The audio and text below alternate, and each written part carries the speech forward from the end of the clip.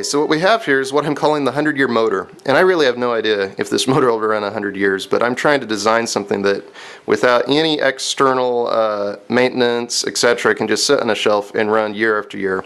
Now there are some points on this particular one that may fail in the future. One of them is the reed switch. I'm using a reed switch on this, and that's because I can really get my microamp draw down to almost nothing with the reed switch arrangement. So the reed switch is one particular point that may fail on it in the future. I also have a germanium diode here, and this is just the regular easy spin arrangement. Instead of coming to the capacitor, I've come to the 12-volt crystal cell pack down here. But yeah, a couple points where we may experience some failure. I'll open this up, show you the inside, and point out one other unknown variable in this particular unit.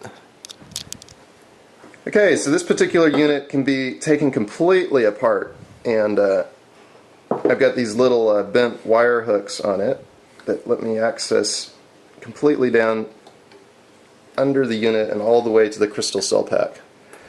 Now, one of the things I want to point out is these crystal cells have magnesium rods from Amazon, and they're sacrificial rods for hot water heaters.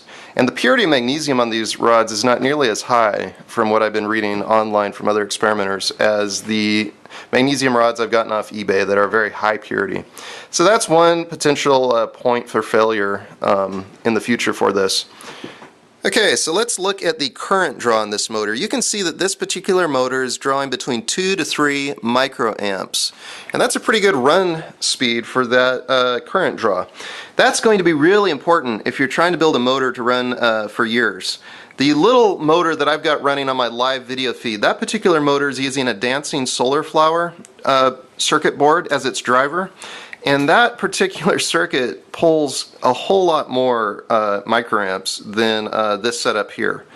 Now, it does not use a reed switch, so it may have much greater longevity, and I may need to go to a circuit like that in the future if I get reed switch failure with this setup.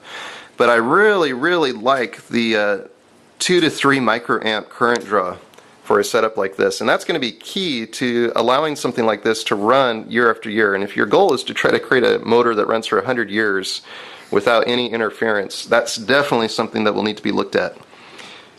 Okay, so I've connected my digital multimeter to do a comparison to this one to see if this is calibrated correctly. And you can see here that the readings match up perfectly. This is reading right at 3 microamps.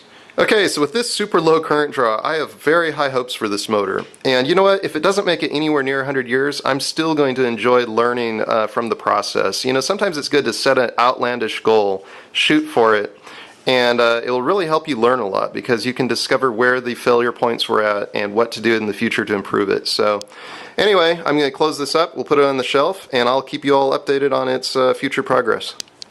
Okay, be sure to check out the video description for links on how to build all this stuff. I'll include links to laserhacker.com on building the crystal cell, the easy spin motor, and I also want to include a link to a thread at laserhacker.com forum where Maglovin built an excellent replica of this motor. It's on a larger scale. It's really impressive. So check all that out, and yeah, let's all keep experimenting.